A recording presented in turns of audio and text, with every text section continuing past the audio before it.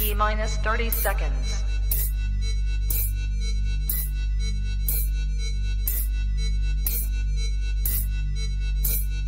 T minus 20 seconds.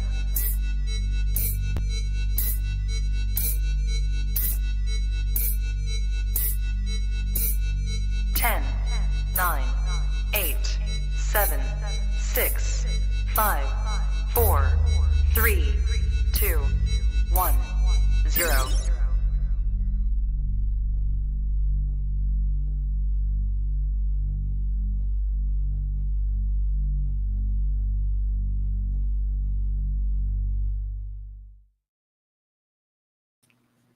Trap Talk Reptile Network, the coolest reptile network in the world. Welcome to episode 493, All in the Tree Tuesdays. Hey, shout out to all my Amazon tree boa breeders and keepers out there, man. We got Canopy Lab Exotics in the building. Rory, a.k.a. Mr.Illusive. I know all you guys are stoked, but holy shit, what is good? I'm your boy, MJ. If this is your first time hanging out, if you're into keeping reptiles, you want to learn more about the breeding side of things, how to sell one, who's selling them, all the above, this is the podcast / network to be subscribed to. All right. So hit that like button, hit that subscribe button, hit that notification bell, select all. You'll be reminded of every piece of podcast content that is released under the Trap Talk Reptile Network. You can listen to any Trap Talk Reptile Network episode under the major audio platforms such as Buzzsprout, Spotify, Apple Podcast, iHeartRadio, all the major ones, man. So listen, wherever you listen to Trap Talk Reptile Network, thank you so much. Going on 5 years now. Holy shit. Can you believe it?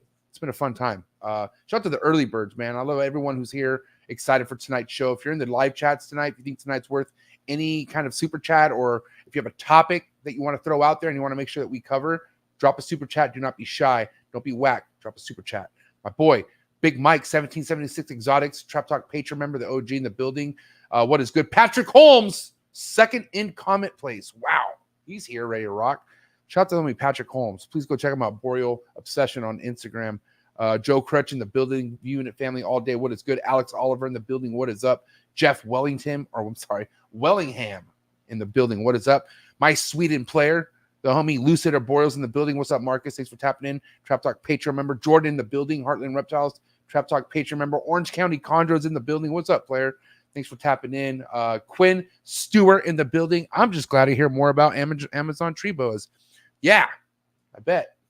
Dan, what is up? Red Earth Reptiles UK. And you're from UK, right, Dan? Or is it Australia? Either way, Trap Talk Be Global. Appreciate you being here.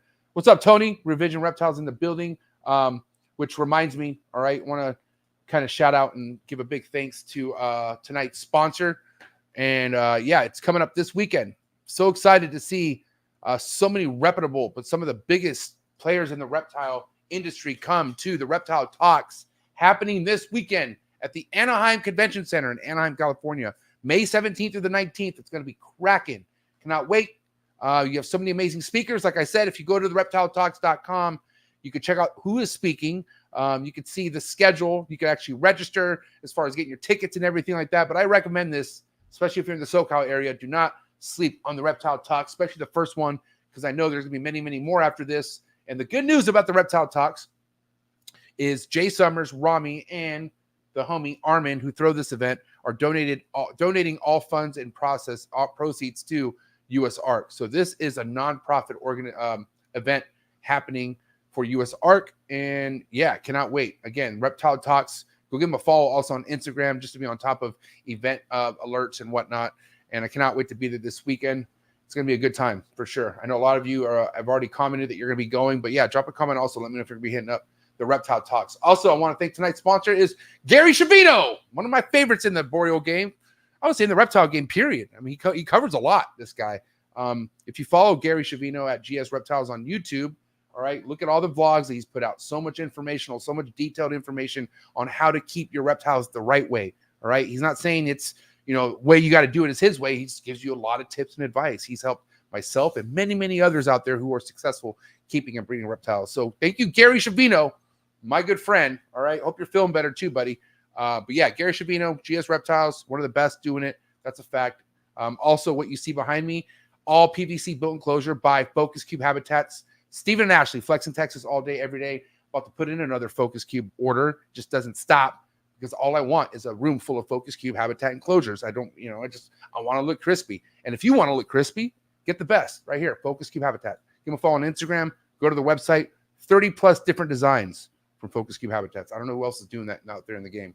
So thank you so much. Also, tonight's episode is brought to you by my man, Mark Hager over at Texas Chondros. Head over to texaschondros.com. He has Calico Blue Line stuff that's available. I mean, he let the Trap family know first. I don't know who's all swooping some. So I'm sure there might be available. If not, go check in. The homie Mark, Texas Chondros on Instagram. Seriously, one of the best doing it in the chondro game and out of Texas. He'll get you yellows. He'll get you reds. All your designer needs from my man, Mark Hager over at Texas Chondros. Last but not least, shout out to the Reptile Perch. #1 PVC design purchase. You could get your arboreal snakes. David Brahms is definitely the leader of the perch game, in my opinion. So please go check them out, the Reptile Perch on Instagram, and place your order.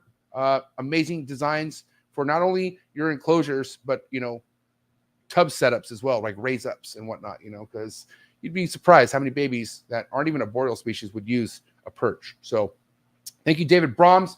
Appreciate you so much. And again, Amazon tree boa heat coming at you right now. We have my man, Marshall Mendez, in the building. What is up, player? Are you muted? You're muted, guy. Fuck, how's that? Better? Pure style of Marshall Mendez. What is up, player? How are you? Yeah. What's happened? How's everybody doing? Happy Tuesday. Happy to be here. How you feeling? You had a good show with the Chondro Bar Room. I checked it out. How's your week? Yeah, it was fun. Yeah, it was fun, man. It's good. It's good. So far, so good. It's only Tuesday, but hopefully we keep it up.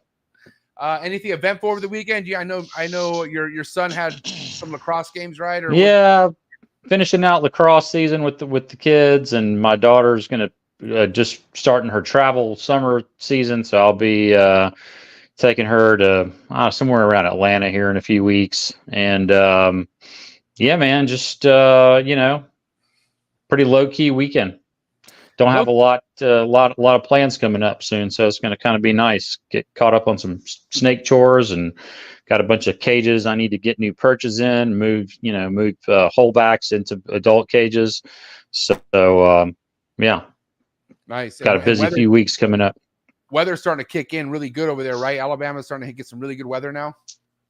I mean, it's fucking hot, but yeah, it's yeah, it'll stay hot now until Thanksgiving, maybe longer. All right, before we bring our special co-host in for tonight, what's up with the albino neonate? Well, any news? Anything since we spoke 2 weeks ago on it? Yeah, man, I got him to take a meal since then, and he's in its first shed cycle. So wow, that wasn't easy. That wasn't easy. It wasn't too bad. I think the tails, the couple of tails that he ate, I think it helped him. It seemed like he had a little more pep in his step when I went to feed him, when he finally took. And I tried for about 10 or 15 minutes with no luck. And I was like, fuck it, I'm going to go cut up some chicken gizzard. Went upstairs, sliced up. Laura had just come back from the store and gotten me some. She's like, the fuck you need chicken gizzards for? And I was like, don't ask too many questions. So right. It's sliced them up and went downstairs, and I was reaching in to grab him to assist feed him, and he tried to bite me. So I was like, oh fuck, I'm just gonna try one more time, and gave him the mouse, man. Took it first strike, grabbed it, wrapped it, ate it. So yeah, he went into a shed cycle 3 or 4 days ago, and excited to see what he's going to look like. Keep calling it he. Excited to see what it's going to look like when it after it has first shed. Good shit, man. I'm excited. So, I mean, at the end of the day, this could go so many different ways, and we're looking at progress. So I'm excited for you. Good shit, man. Yeah, thanks. I'm super stoked for the guest tonight too. He's all my first Amazon tree boas came from Rory, so never actually talked to him. Yeah, I'm excited too, and it's all because of this guy right here, Randy P. in the there building. He is. What's going on? How's it going, guys? What's up, Randy? How's it going? How you doing, Randy? Thanks for being here tonight, buddy. Glad to be here. Yeah. Happy to be asked. Dude, of course. I mean, you facilitated this episode very smoothly, and after I let people know he was coming on, people act like it was like fucking getting the president on or something. You know what I mean? They're like, "Oh my god, you did it!" And I was like, Randy did, you know, and didn't seem it's too much. You got too much pushback. So it's that delegation, you know. You asked me, and I asked Jacob Brooks, and Jacob Brooks goes and asks him, and then I take credit for it, you know. Now, I like to kind of give like people a little 411 before I drop the guest in, but I want you to do that, Randy, because I mean, obviously you gave him the name, or you say that they call him Mr.Illusive, right? And I want to know what is, you know, what's the meaning behind that, and also like who this guy is to what you are passionate about with your projects and whatnot. Yeah, sure, man. The reason I call him that is because for some reason a lot of people will reach out to me if they can't get a hold of Rory or Dayton.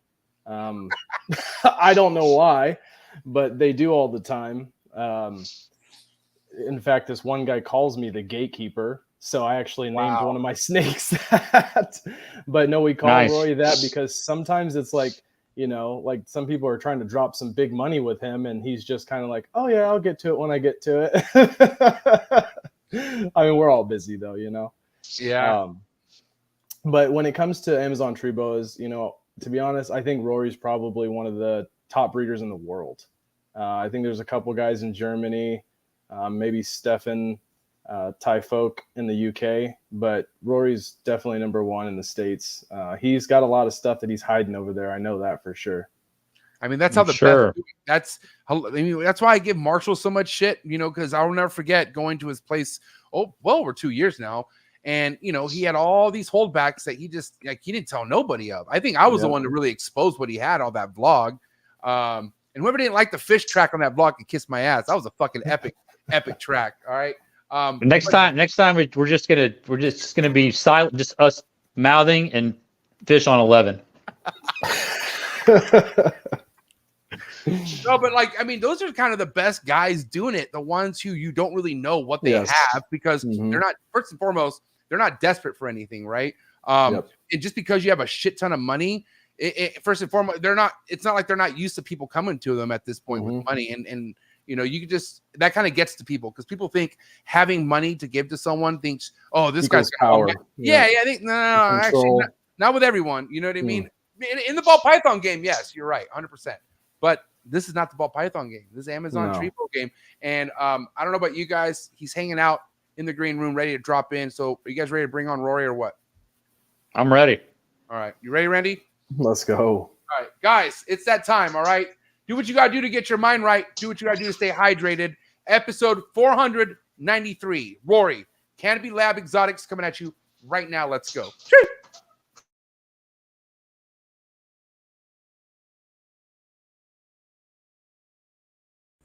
Good. You ready for do more in the future? Trap Talk podcasts? Yes. Man. Only Trap Talk. Exclusive. Yes. Exclusive. Oh. So stop calling us. Rub the spot, get the club to pop. When I come up with the crop, God love it or not. I'm hot from the hop to the rub the spot, get the club to pop. When I come up with the rub the spot, get the club to pop. When I come up with the rub the spot, get the club to pop. When I come up with the rub the spot, get the club to pop. When I come up with everybody, we do it. Everybody, we do it. Do it.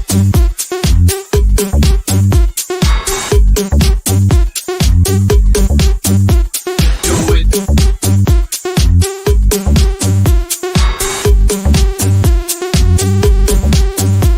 Do it.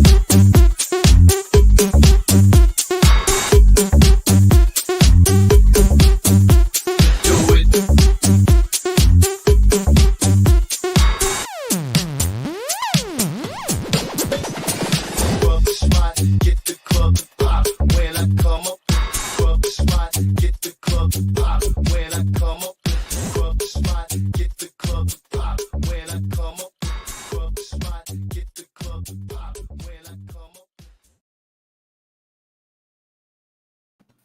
And we're live with Rory, Canopy Lab Exotics. What's up, Rory? Hey, how's it going, everybody? How's it going? Rory, what's up, man? Doing good, gentlemen. Nice to be here. Yeah, pleasure Glad to to have hear you. you. Yeah, glad to have you. Thanks for coming on. Yeah, a lot of people stoked to have you on here tonight. And, you know, like I said, one of the biggest things I'm happy is, like, my man Marshall, he's one of the biggest flexes when I say what kind of friends I have in the game. And he has stuff that comes from you, which just means a lot because, I don't talk enough about Amazon tree boas, right? But, when people like Marshall and other people working with a species like this, I know there's a lot to cover, a lot to be spoken about. And my man Randy, who's been on the show, definitely dropped your name. Marshall's dropped your name. Listen, I'm just saying I'm happy to have you here tonight. We have so much to talk about the Amazon tree boa, buddy. Awesome. I'm so happy to be here. And I feel the same way about Marcel, man. That's flattering. I appreciate that. Thanks, man. Now your bread and butter, your foundation, Amazon tree boas, and that's it? Or is there any other stuff? Can we just it didn't start that way, but that's all there has been for a long time now. Yeah, you can ask him a question about his Moluccans back in the day too, MJ. Oh, don't do that. I'll cry. I'll cry. Okay, so back in the day, obviously you've been around. Can we kind of talk about when this became a thing, as far as breeding a project and looking at it to the point where you could sell to people and whatnot? Yeah, should I go back to just reptiles in general or Amazon specifically? I mean, in general, I would say, Yeah. Man, in general, it starts out the way it does for most people, I assume. It's just a passion. You feel it. You love animals. You love reptiles. You go outside, you catch snakes, you flip rocks. You have pets. You raise them up.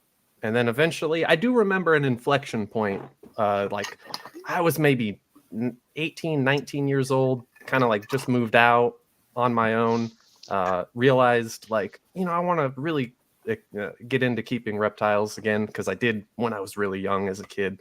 And so it was carpet pythons that originally just like really grabbed me. The genus, I guess, formerly known as Morelia, with the scrub python complex, of course. And, so I picked up a couple pets and I don't know, it's just a really weird feeling that I still can kind of recall when I had realized, oh, I have a pair of snakes here. Could I actually do this? Could I breed them? I don't know. May as well give it a try, find out. And I had produced my first clutch of snakes was some Irian Jaya carpet pythons back in I don't know, maybe 2008-ish or so. Wow. And by that time, I'd already gotten my first couple Amazons, but they were few and far in between, really hard to come by. Imports, I take it? Import Amazons? No. I started my first few with captive bred, courtesy. Wow. This is a shout out, Rolf Kern. Oh yeah, you are an OG, my friend. You're he's the one. He's in California, right? Yeah, up in the Bay Area. Okay, cool. Yeah, he's the one that I got my Moluccans from. Around the same time, I picked up my first pair of Amazons from him. Wow. 2008. I'm sorry, Marshall. 2008. You said this was? Oh yeah. Around 2000. This was maybe around 2006, 2007 when I started building the collection. 2008, 2009 is when I kind of started breeding in earnest. Okay, what were you gonna say, Marshall? My bad. I was just gonna say I saw your thing. How the fuck does Patrick know all this stuff? That was just a side comment. But. Patrick knows all. I mean, come on, it's Patrick. Are you really that surprised? Like, if it's somebody relevant out there, Patrick's gonna know all about it. I'm telling you. Patrick, Patrick forgot the most important detail of that clutch. What was that? What was it? There was an axanthic Mollucan in that clutch. You accidentally sold. It was ugly when it hatched. It was ugly. I said, here's that cool, all the rusty red kind of looking baby scrubs. One of them was just kind of brown. I thought, well, that ain't gonna be the holdback. Ugly duckling. Yeah. Don't ask me how many times I've done that, even with the Amazons. Until you know, yeah. Because it. So what did your first Amazons look like? What were they? Were they garden phase? Were they? Oh no, bicolors? No. I mean, they were. Garden? They're good even by today's standards. Oh wow. I picked up the first one I got was like a what I call a tricolor, right? The patterned bicolor. Okay.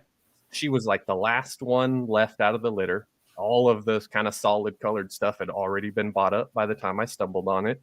And she was, like 75, 80% yellow, had a little bit of that nice red orange swirling kind of coming up the tail.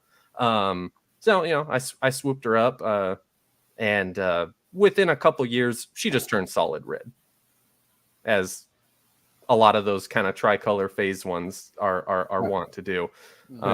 And then the second and third one that I had gotten from him from a later litter, a very, very nice, like solid kind of like a creamy orange sickle type color on one. I regrettably sold that animal, just dumb and short-sighted, because by that time I had gotten my first male tiger, and so I thought, okay, this guy's breeding everywhere. Did you get it straight from Danny or Matt Lehrer? Okay. Yeah, GHI. I And got a 2007 tiger from him. So was Tiger already a known morph at that point, or? Yeah. It was known, but there was just very, very few people keeping them. Danny started bringing them in or producing around 2004. Is that right? Or that sounds about something right. like that. Yeah. Yeah. Now I'm curious. Okay. I'm curious with obviously there's growth in a lot of things that you kind of work with for a while, and I want to say Amazon tree boas definitely don't get the kind of respect I feel like a lot of these other ones have been getting lately, because for the most part, ball python's this, ball python that, and that's what's pulling you in. But then there's green trees, there's emerald tree boas, right? But I feel like Amazon tree boas, you almost have to go through all these other ones before you realize an Amazon tree boa. And I want to know why you think that is, Rory. Like, I know there's a lot of stuff coming to the industry here soon. I mean, from what I've seen, projects like the leopard stuff is just insane. Like all that dark stuff, I'm a fan of. But what do you think it is about like Amazon tree boas not being as popular as they should be? You might be asking the wrong person, because I'm I'm biased. Yeah. I'm biased, and I recognized their potential like right away with zero hesitation. I mean, by the time I got my first couple pet Amazons and kept them just briefly, I thought, clearly this is like the future of snake breeding. Yeah. Everybody is gonna jump on board with these, right? It takes time, apparently, as it turns out, but it looks like, from things I'm hearing, it's good. Maybe that time is over the horizon. Mm-hmm. Right, because I mean, if anyone wants to kind of get ahead of the game, Randy, correct me if I'm wrong, they go to Rory, right? Like, is Rory somebody who has like the front of the line type projects to make yourself? There's a few guys in the States that they would go to. Rory is definitely one of those guys. Now, what would you say, Rory? What's been the best fulfilling project for you that is kind of helping you out to this day out of the Amazon tree boas? I mean, just all of them, all of them. I mean, I can't get enough of the variation. Of course, it's like, red calico is certainly gonna come to mind. Yeah. I mean, that's everybody's favorite. It's got to be my favorite. Insane. Oh yeah. The amount of variation just with red calicos alone, and not depending on different. Everybody's got their own tastes. Everybody likes a slightly different aesthetic, and so even accounting for everybody's wildly different opinions, just within that one kind of genetic expression, the red calico, there is so much variation. There's enough for everybody. You like dark stuff, it's there. You want really clean stuff, it's there. White spots. I think it's the red calico stuff that puts, in my opinion, the species on the map. And going forward, I don't think that's going to change. It's going to be red calicos forever. Right. Now, remind me about the red calico. Like, if that's something you have, you can't make another red calico without a other red calico being in the sire dam, or is that like, in French, is that a recessive, or okay? How's that work? Well, I'm quite confident that red is itself recessive. Now, what accounts for the calico expression on top of that is a little bit more complicated. And I don't by any means necessarily have even the final word, because I've outcrossed them quite a bit, including my original founding stock and pairings on the red calicos. were from two different. These were imported. I had two imported calicos that I'd picked up. One that I would classify as like a higher expression animal, and then another one that was a lower expression red calico. What kind of expression would you call this right here? What expression of calico is this? That would be like in terms of white, that's a lower white animal. Okay. It's got that prominent like circular. So would you consider this like a textbook calico right here? Textbook is going to be like what used to be referred to as like your candy cane phase. Like the pinnacle is like that 50-50 white and red. That's what you want. Okay. Now, whether or not you like the black pattern that like overlays that and that oftentimes like develops with age, that's just down to personal taste. Me personally, I love that clean 50-50 red and white look. Do you find though that most of them will darken as they age? So an animal that's 50-50 red white as a baby, maybe when it's when it's an adult, it's not going to be quite as light, right? It's going to gain some darkness. Yeah. Absolutely, but perhaps not always. Okay. I'll leave it at that. Mm-hmm. I think there's clearly a lot of different layers of phenotypes with these animals. A lot of this stuff is probably polygenic stuff that we're layering. We're trying to remove some of those layers. Absolutely. And so it's like if you think, for example, in terms of like targeting certain phenotypes or genes, morphs, etc. If you've ever worked with any kind of recessive morphs, of course you realize like it takes a couple generations from like a single het or like even a single homozygous animal, in terms of then like once you get to the point of reproducing it regularly, it could be a couple generations. Now think about that exact same thing, but with the mind of reverse engineering something. We are kind of like stabbing at the dark, I still feel like, with a lot of these Amazon genetics and like the different expressions that they have. I have not exactly decided or come to any firm conclusions about like what combinations of looks and appearance produces the ideal phenotype.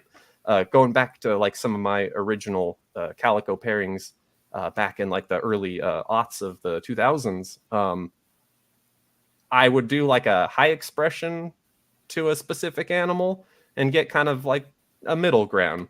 And there were times I did low expression to an animal and got very high expression animals. So I think things like underlying colors, pigments, patterns, etc., can influence the look of a red calico quite a bit.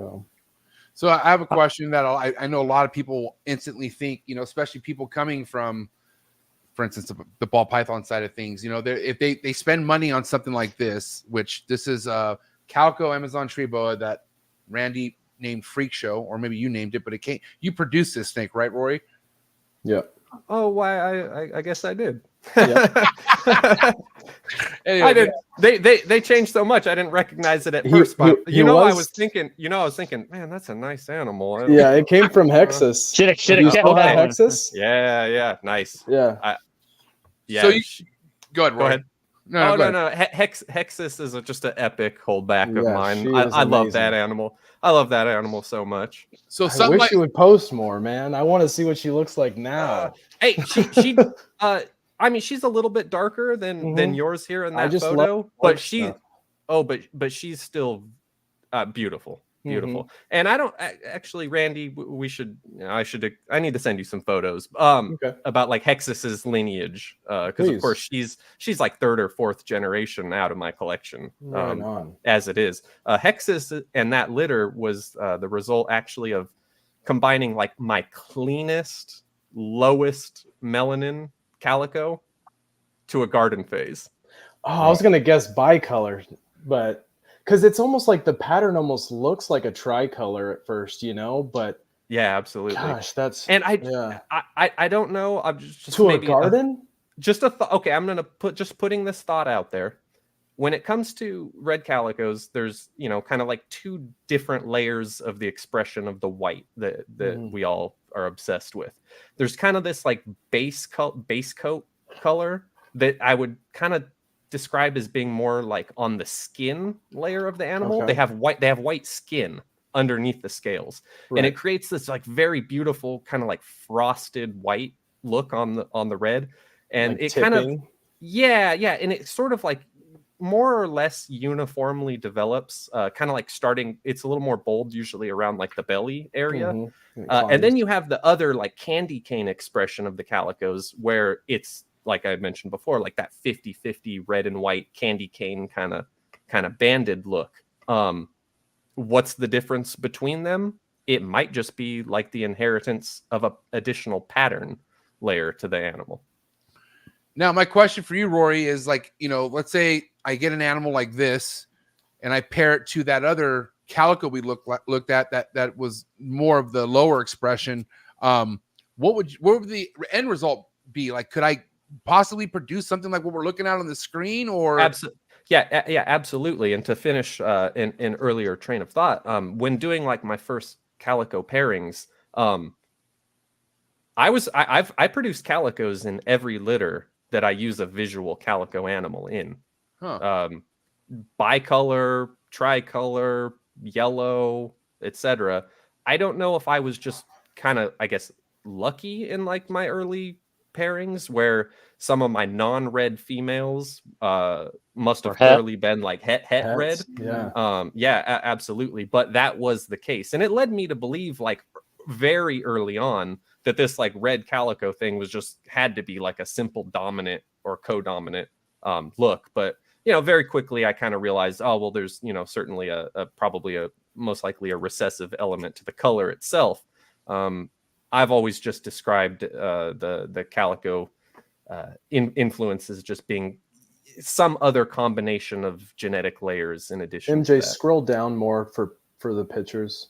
Yeah, before I do that, Randy, what does the snake look like now? I know, because this is like, I don't know how many, 11, not that long ago. So, but I mean, this snake hasn't changed much. It's actually a little bit lighter. It's losing some more red. Okay. All right. When I bought it from Rory, it was pretty red with a lot of white on it. Nice. You said go down where, bro? Just keep going down. You'll see. In my limited experience with producing maybe four or five litters at this point, the only litters that have come out as I was expecting them to were calico to calico, and they were all the babies came out red. Calico. Now, calico. Marshall, I have a question for you then. Did you see that there was any sort of like there's Hellboy coherent ratio of high expression to low expression calicos, or were they all uniform? I'd have to go back and look. So the first litter was I got them both from you. I would say from going by baby pictures, the male was more high expression white, had more white on him.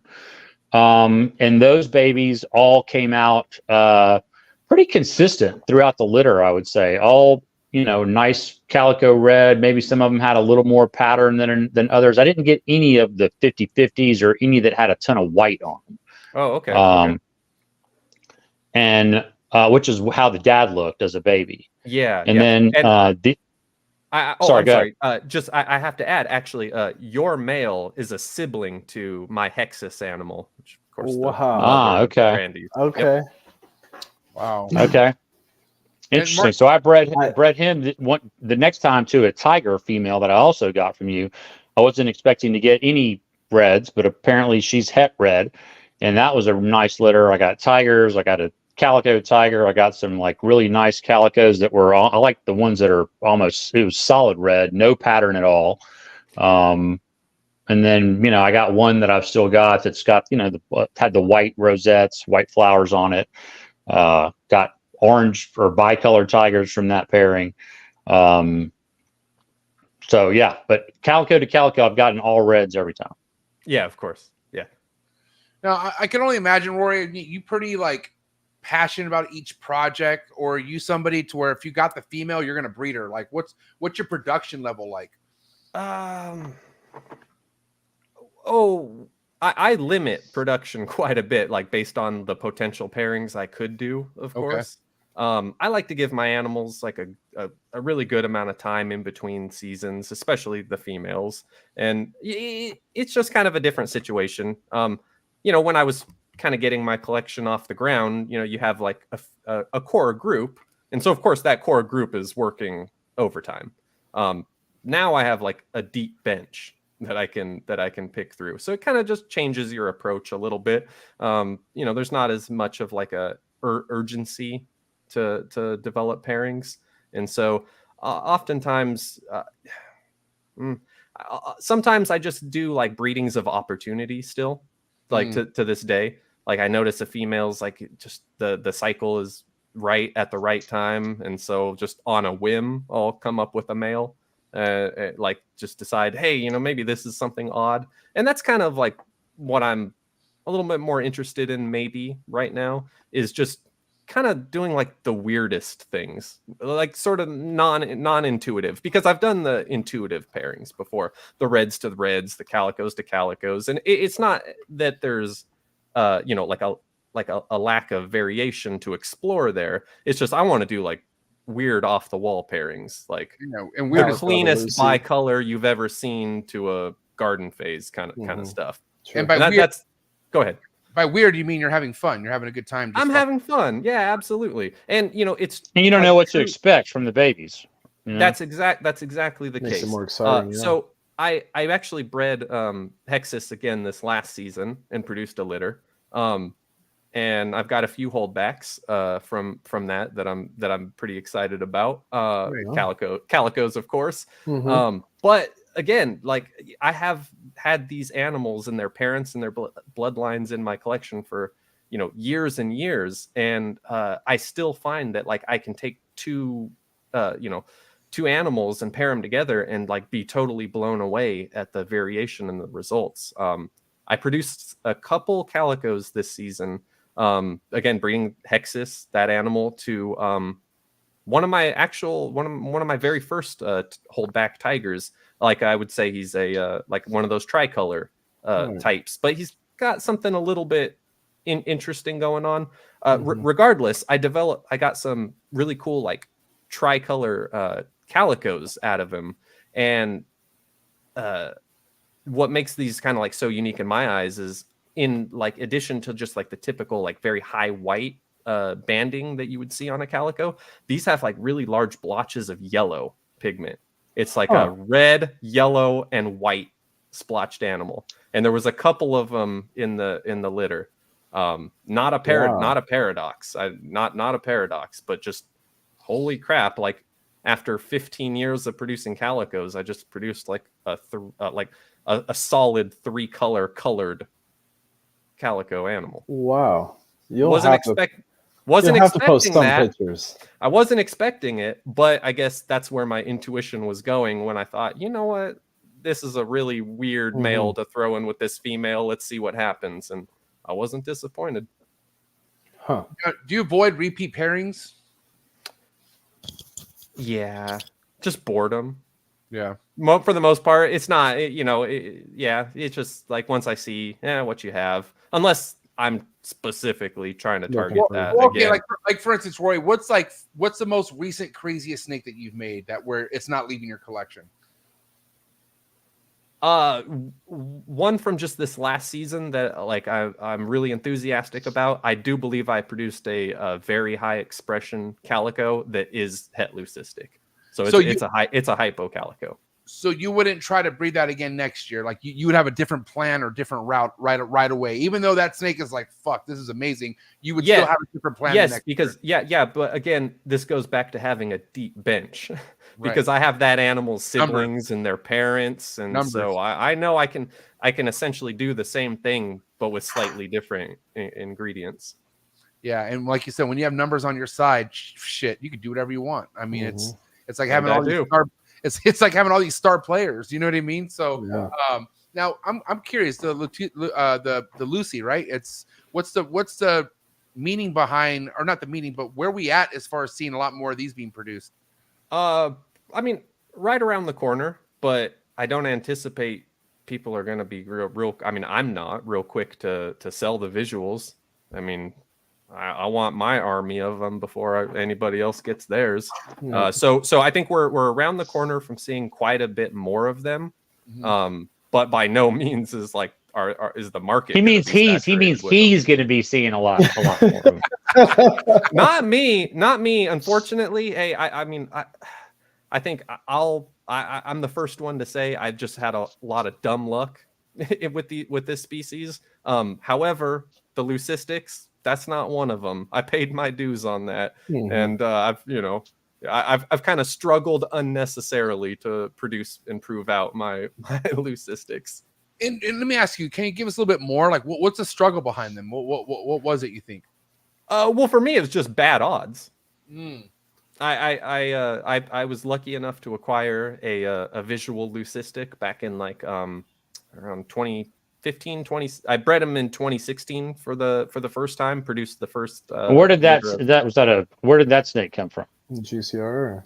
It's a GCR line. It was produced by Bobby Pruitt, though. Oh, okay. Just randomly, or did he? Yeah. Well, it's been he so accidentally. Long. That's how I remember it. It's been a long time since I spoke to him, but from what I recall, he had picked up some animals from GCR that were unknown heads, not hypo. They don't because at the time we're thinking hypos mean patternless yellow, bright yellow animals, and these I think were a little bit more typical, kind of like dingy, mustardy yellow type phenotype animals. Maybe I don't know if one of them was maybe even a garden. It was hard to tell or recall from the photos, but he picked up these two random animals, bred them, and hit the frickin' jackpot. Yep. I was lucky enough to acquire one of those, and it was the one that I would have wanted to, because I'm always looking for something just weird and off the wall. And two of them were like your more typical what people are looking for, bright white. But the one that I got had from the very beginning like a very noticeable black pattern to it. And is it almost yellow too? Like I think I saw an old picture of it. It almost looks kind of yellowy, huh? He did it one time. Yeah, that snake is like very dark now. That snake is very dark. It's like a very odd kind of like semi-opaque, almost kind of like a weird grayish color. Yeah. Do they have black eyes or blue eyes? He looks like his eyes are more like black now. They're kind of like a blackish blue, but like maybe kind of like a gray, but his eyes are dark. Now, kind of going back to like specific projects, I after kind of geeking out off Randy's page, you see the tiger stuff, you see like tricolor stuff, like Halloween, right? Now, any of these you got to avoid putting back into each other, or how's that work? No, avoid, no. No, you go right in. It depends on what your goal is. What are you aiming for? And MJ, I don't think there's been enough breedings yet where we're seeing a lot of that inbreeding depression that you guys are seeing within the genetics, because we haven't been inbreeding them as much as ball pythons right now. Okay. We could eventually run into like a roadblock where we realize maybe if you put two of these same animals together that maybe they wobble or something like that, but we haven't. If we're talking specifically along like those grounds, no, I've never noticed anything that I thought could like consistently determine or even make me suspect that there was anything like congenitally wrong with any of these morphs. Any of these phenotypes. But what Randy's saying is it could be possibly because you haven't done it enough yet. Oh yeah, of course. But I mean, Amazon's fortunately the genetic pool, from the imports, even going back decades, is huge. It's huge. I mean, they still come in. So you have, in this day and age, you have to intentionally be inbreeding for generation after generation. With these guys, even just within my collection that's been essentially closed forever. I mean, the last animal I brought in was my visual leucistic that I just spoke about. It's over 10 years ago. But I even working, from a relatively small group of founding stock, the stuff I'm breeding now, it's still like they're cousins maybe on like one side. It's very easy for me to avoid anything like direct like sibling pairings, let alone like parent and. So has the leucistic proven to be recessive, or the leucistic is absolutely recessive? That I'm confident. And I think my question will be is, can you definitively determine a hypo or what you call a het Lucy? No, I as of yet cannot. Now I've produced both 100% het litters from my visual, and then as I was lamenting earlier, my bad luck. I for a couple seasons in the last couple years, I bred het to het and just totally missed the odds every time. But amongst that group of animals where I know some of them, they have to be hets because they came from a visual. There are certain characteristics that I see maybe on average might amount to something, but that's only with my specific animals, the pairings they came from, because I'm familiar with their background, etc. Sounds like what Dayton's saying too. Yeah, I can't reliably pick out one, but that's not to say that there isn't one that I see where I'm like, oh, okay, that guy there, he's showing all the signs. He's a dead ringer for being a het Lucy. So these are just visual markers that you think that the hets have. Yeah, but it's not consistent, and it depends on what other phenotypes they have mixed up with them. Certain things kind of can make it a little more obvious, but again, for example, Dayton's hypos and his leucistic line, I think he has the more traditional, clean, very nice, super clean, almost yellow. A line bred yellow on top of the leucistic. Yeah. Now I have produced plenty of one thing I'm very proud about and I'm enthusiastic of is my bicolors. I love bicolors and producing clean true bicolors. There is just levels to the bicolor game. Do you like the high yellow or the high orange bicolors?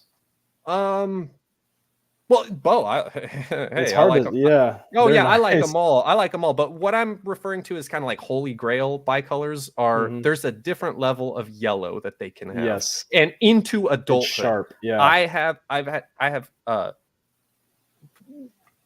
mature 15-year-old bicolors that are as bright as newborn babies. That just they don't darken. They are insane. But even amongst very nice litters, even the females. Yes, even the females. They'll darken up and go through when they're gravid. Yes, when they're gravid, but once they shed, they're glowing. Randy, what do you mean by true bicolor? Can you tell me what you meant by that? Well, a lot of people refer to a multicolored animal, like a two-tone animal, as a bicolor, and that's correct. But the thing is if it has black patterning on it, we typically refer to it as a tricolor. So 2 colors only with no black patterning, maybe some small black speckling, that would be a bicolor. Is that what you kind of consider too, Rory? Yeah, of course. Yeah. No, yeah, absolutely. Yeah. No, your bicolor is your bright yellow animal with that big stick kind of orange swirl to it. Yep. That's a good and one. Then is there a pattern, or can the patterns be variable? Or does the bicolor have a specific pattern? Yeah, absolutely. The good question. The bicolor pattern, it occurs at the base layer around where you would see that black pattern. In other words, where you would kind of see the black pattern on the side of a colored Amazon, or I would say a tricolor Amazon. It's that center area that's bright yellow, and then they're red or orange all around that. Have you go ahead, Randy? No, I just want to put things in reverse real quick. I because this was on the tip of my tongue, and then Ryan mentioned it. Shout out to Ryan, but he heard for years now that the Lucies are weak and many fail to thrive. And I think Dayton talked about that a little bit on his episode about he had a baby that didn't do well. I can't remember if that was correct, but what do you guys have to say to this? I think Dayton and Rory both have Lucies that are still alive right now, and Rory's produced with an adult Lucy. So, I mean, they are viable. Right, but was there anyone out there saying that they were weak or something? Well, there's always some suspicion, right? I mean, just because it's fair speculation. Yeah, and I've speculated it and continue to. However, with my own personal experience, no, they seem solid. Now, in full disclosure, and again, break some bad news. I produced 2 leucistic tigers this last season. One of them did not make it, which breaks my heart. But it was just a stubborn non-feeder. It's kind of like a personality that like you notice in the species. It didn't strike me as being like weak in other terms. I think it's just more of that bad luck I was complaining about. My visual male, I mean, he is a tank. Wow. So it's just kind of luck of the draw is what you're saying. That's all it comes down to. Yeah, the draw is very small, so it's the sample size. It's still an open book, but again, just, I mean, not just because I have them to sell, but I wouldn't hesitate to get into the leucistic stuff with any specific fear. And if you are paranoid about like going down that route, which again, it's always justifiable. Just be careful. Don't breed sibling to sibling. Right. Try to outcross your stuff. Well, what seems interesting to me is we're calling them leucistic, but in most other That's a forms misnomer. and most other like reptiles that are leucistic, they have no pattern, right? They're just white and they stay white for forever. Yeah. I mean, hypo is like the big misnomer with them, of course, because most people refer to any animal that's hypo, meaning it's hypomelanistic. And I can tell you that melanin is the one color that Lucy's can have. Yeah. Now, kind of going back to the bicolor talk here, because Randy, what you're saying is true about like, having true bicolor. That is something you do want to consider, being careful what else you pair to that, right, Randy? You would say if you do have your hands on something like that? Well, if you just pair it to maybe a tricolor, there's a possibility that if you're trying to clean up the line, you're going to go backwards. Yeah. So if you, it's just like line breeding any animal, right? Like my Dominicans, I'm trying to create more red ones, so I want to pair the best red ones together. It's kind of the same thing across the board. Okay. Now, since there hasn't been much done yet with kind of putting a lot of the stuff together, what have you seen with like putting something like a like Hellboy? What is Hellboy? That's just what type of animal is he? We're trying to still figure that out because he came from a calico tiger to a bicolor, I believe. Okay. So we think he's actually a tricolor het calico, but he's so red. So I actually bred him to a really dark female, similar to the one Marshall has. Keith McPeak sent it over. It was like really dark with like a reddish head. So that'll help me determine. I'll breed him again to another calico, but if he produces calicos, that's a good sign that he is het. But typically when we see an Amazon that's red with an orange or light colored head, it's typically, and Rory, please correct me if I'm wrong, it's typically not a calico. Yeah, that's fair to say. In fact, that kind of overlaps with an entire class or like expression of animals that I endearingly refer to as like reverse bicolors. And they can be your sort of like fake outs in your red and your calico litters. And that's not to throw any shade on them, because personally I love this phenotype. Like I really like this phenotype, and I think it's very potent for breeding purposes. Because there are reds and reds that are not calico, right? Yes. Oh, yes, right. absolutely. Yeah, okay. Absolutely. I've produced a few. I still have a few from before I was like purposely doing calico to everything. I've produced reds that were born solid red, and it's like a less intense red though, right? It's like like when you see inside. It's different. It's different. Yeah. Okay. There's a some is pretty intense though. Yeah, there's kind of more of like a darker kind of. I don't want to say brick red, because brick red is kind of more rusty. I was going to say wine, but it's not like a purple. But the calicos are much more fire engine red. Yeah. The calico. Yeah, the calicos definitely they have like a different kind of glowing quality to their pigment. Marshall, have you heard of the Dark Grove line animals?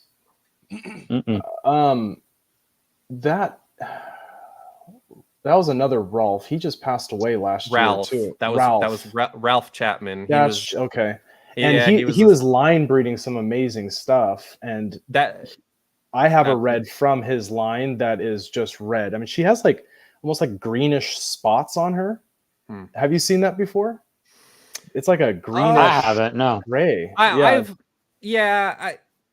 It's kind of like saying a blue pit bull, Sure. but I know exactly what Yeah. you're referring to. Yeah. There is a weird like a greenish gray hue to Yeah. certain animals. Yeah. But she's red, you know. So but she And- has and these speckles of this color. Interesting. Yeah. How many calicos go super like black, like the one that I like, my female that I've got that came from you, Rory? I don't Started think off a lot as of people have line bred for the dark traits. I think that's probably just a byproduct, isn't it, Rory? is she just I know like a Hayden- freak or well, I mean she's black like almost head to tail. It's maybe like, it's hard to say like 50-50, but it's common. It is common. Again, okay. Oh yeah. In fact, one of like the defining characteristics of a calico, as opposed to what I refer to as like a non-calico red, is it seems to be connected with some amount of like development of melanin into maturity. And the place you really want to pay attention for that is like around the vent and the tail. You'll notice that that's like the first spot that starts picking up a lot of creeping black. up. Mm-hmm. Yeah, and it starts creeping up, and it's just a very unique look. Go ahead. Go ahead. I'm sorry. Oh no, I it's was just a very unique look that I've always associated as being a definitively calico trait versus maybe just a non-calico red. Because now go ahead. I'm sorry, but I was just saying, like, do you have experience with like yellow and orange, quote unquote, calicos? Maybe if you're working on something, that's fine. I'm just, because that first snake that MJ put up there, I call Iris. It was sold to me as a female, but it was a male. It was yellow. Yeah. Oh yeah, that's a perfect example. Yeah, and that color, that yellow color, is just so bright, But that also was a like almost complete yellow snake with just some black markings on the head, and then just from the tail just started climbing up. And then it's not just black and grayscales; it's a ton of white, a ton of peach, a ton of orange, and the belly's completely white. You said it. Yeah, you said it better than me. Gray scales. Yes, I said black, but gray is maybe a better interpretation of. So what do you call that? What are we looking at there? I just call it a yellow. However, man, that looks like a red calico. It's just yellow.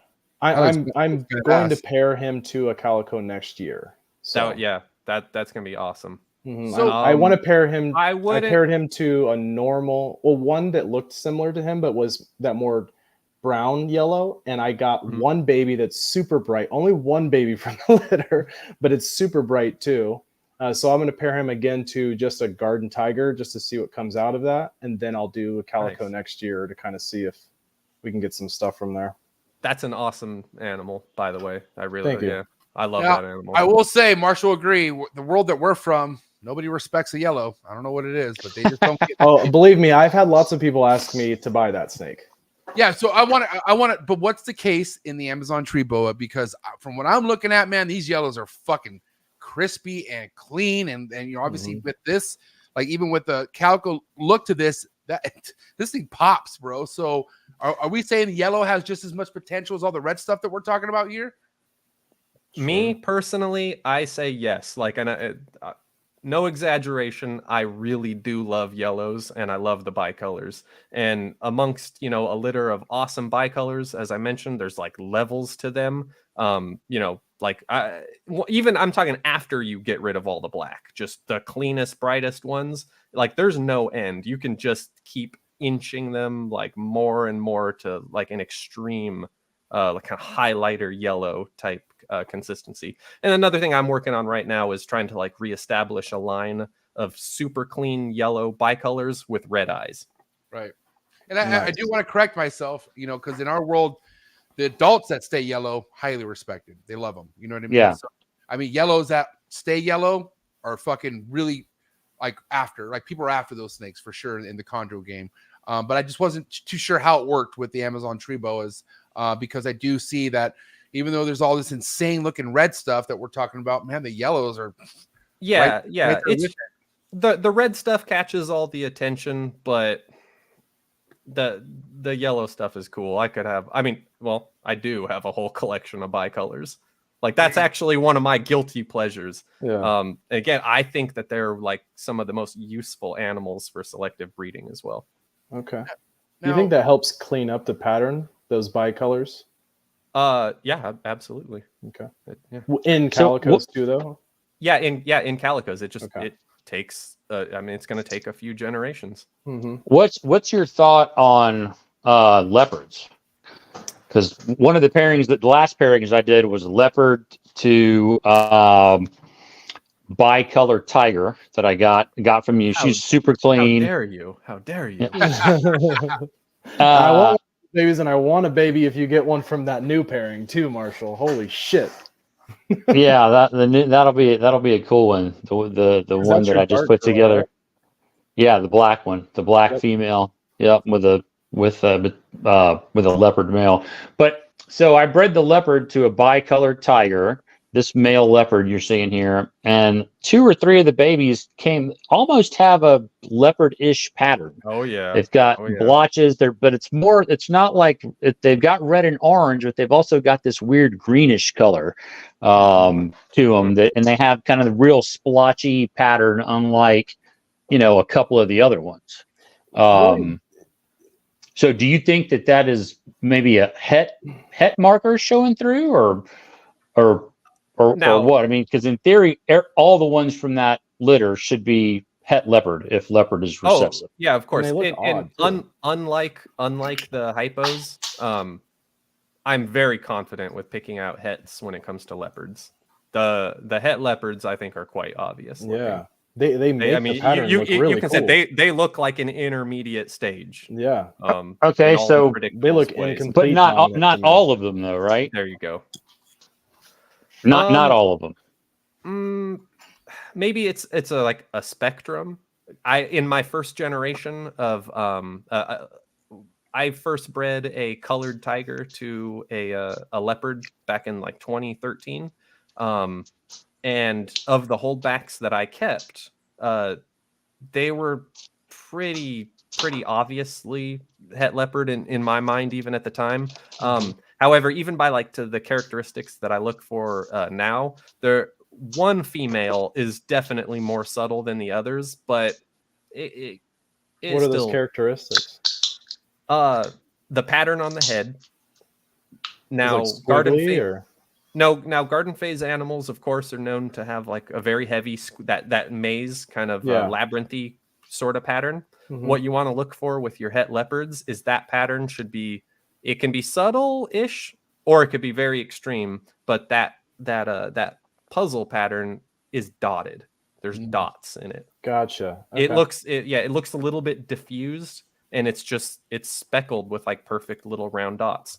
And then the eyes being another one. Leopards have just incredibly unique eyes. Yes. The hets oftentimes do as well. Although, again, going back to even my known hets that were produced from visual pairings, I have seen some het leopards where the eyes are not quite that characteristic, like silver that I'm kind of describing. But yeah, silver or gold eyes. Because the babies gold flaked from this guy are all over the place. They 2 or 3 of them have that splotchy pattern like we're talking about. 2 or 3 of them look almost just kind of solid orange, and then there was a couple of tigers that did not look as extreme as other tigers that I've produced from this female. Interesting. I think it's actually a little bit easier on the tigers to pick out the het leopards on them. It distorts the pattern in a little bit more of a noticeable it has kind of like a checkerboard. It's almost like a checkerboard back pattern almost. Both of them have it. Yeah. Send me some photos, man. I'd love to see them. Now, I'll do it for you, Marshall. What are you aiming for with a pair like that? Like if all the babies could go your way, what would you want them to look like? I mean, honestly, man, my favorite Amazon I have is that black female. She's just so big and cool, and but Yeah, I mean, She got like a she white does, belly too, huh? She does have a red head. Honestly, I don't know. That's a good. I have to look at her. Yeah, I think she does. The belly is she's always white. The Yeah. belly Okay. is always white, even on those Mhm. those black ones. Yeah, that's what Okay, makes it yeah. so nice, that contrast. It's cool. It's Mhm. cool looking. Yeah. I mean, Yeah, Some of them and I that come up personally- the sides almost look like pied or something sometimes. yeah, too. yeah. I like to clean up my calicos, but like Mhm. by no means am I gonna like not be totally enthralled with like those really dark animals. Like that's she's just almost got some it's not what you're iridescence to her. Oh, almost- yeah, absolutely. Like a white lip python or something. Yeah. like- Yes, exactly. Yep. Yeah. It's her right here, right? Yep, that's her. Yep. So yeah, Oh, you're right. yeah. The belly is Wow. white. Yeah. This came from Rory Marshall. Yeah. Wow. She didn't look like that when I got her from him, but yes. She just red when you got her, or Yeah. I would have to say that's darker than any of them that I've ever held back. And she's even dark. How old is that's an old picture too, isn't it? Yeah, it's 2023. That's a year old. Year old. Okay. I love the So, white in the face too. I was going to ask you, Rory. So you don't have too many or none that look this black in your collection? No, not quite that black. I have one that's she's probably like just as black where there's black, but she's still got more white, more white pattern. And on Marshall, the you side. didn't see this coming when you first bought it, right? Like this kind of just happened. Now I knew nothing about Amazons when I bought these. My buddy Chris Haight, who's an old chondro guy, was in the chondro coalition with us, and he's been kind of out of snakes for 10 years probably. And he called me up. I don't know. I think I got these from you maybe like 2017 or 2018, something like that. He was like, "Hey, you want to go in on some Amazons with me?" And I think he had originally sold. You'd mentioned Matt Lear earlier. I think Chris sold. Was it Tigers or I think it might have been Tigers. He sold the ones. He sold them to Matt Lear. So I think he had them for a little while. And anyway, he just wanted to kind of get back in the game. He's not taking. He's like, none of them have left my house except for the ones that I've sold. I keep telling him, man, come get some of these things. But yeah, he technically is my partner on the Amazon. So Wow. we've kind of gone in 50-50 on everything. Nice. He knew about them. He was like, he sent me your website and was like, "Man, what do you think about, these two?" And I was like, "Yeah, man, whatever you think. I know nothing about them." So So You picked the right ones. Yeah. Yeah. Well, now that A you've seen very, them, a Rory, very fine litter. do you think that one's as common as you were saying earlier? I mean, that look is not That- super. That one's a little look is darker. that's more dark. That's Yeah. extreme. Yeah. Now I'm curious. One thing that and you're not the only one either, right? But I just know that there's people out there who are successful in this industry and they don't give two shits about their social media presence. Like it's not as important as it is for a lot of people just now coming in. Like, because if you're just now coming in and nobody knows who you are, good luck trying to fucking get anywhere without social media. But for Right. you, what's always worked for you? Because I asked Randy, "Hey, where's his Instagram?" And Randy's like, he's not, here's his phone number. It's what he said to me. So I was like, all right, cool. But I've heard that you have a website. Obviously you put your stuff out there, but you do just fine without having to be Mr. typical social media reptile guy, right? Is what you're saying? Yeah, I mean, I do, but that might change with all these other fine gentlemen and the fire that they're going to be producing. I might have to actually go fight for my share for once. Yeah. Yeah, that's what I'm talking about. But, I mean, it's been like big fish in a small pond maybe for the last 10 years or so. Wow. Okay. yeah, I mean, I would say Amazon's really have just started like taking off in like the last couple of years. Yeah. So I I've agree. been told. I mean, I agree only because I've been doing this podcast for going on 5 years now. And I mean, no offense. I just haven't been pressured that much about Amazon tree boas until, I got closer to Randy and Randy came on and like started opening up my eyes. And now I could see like, just kind of geeking out, like I said, over Randy's stuff. He has so much crazy shit as far as Amazon tree boas go, the different types. And I think that's like, once people understand like the potential of like, we're talking about a coloring book here, like, in a sense of just amazing. They just don't get old. And I mean, I don't know if this is just like me personally speaking, but I'm sure others can relate. Despite how many of these like calicos I've produced over the years, forgotten about, lost, sold, etc., I still got to have more. Like I see one out of anybody else's collection, and I'm like marsuals. I'm like, man, you know, I got ones that are kind of like that, but it's not that exact animal. And you know, that MFer, I can't believe he's got that and I don't. Like, I still have that. I still feel it. It still kind of like drives and motivates me to like continue breeding and producing newer and cooler stuff all the time. But there's just so much. I don't see anybody getting burned out anytime soon. There's so much left to be discovered too. You know, like we still don't really know a ton.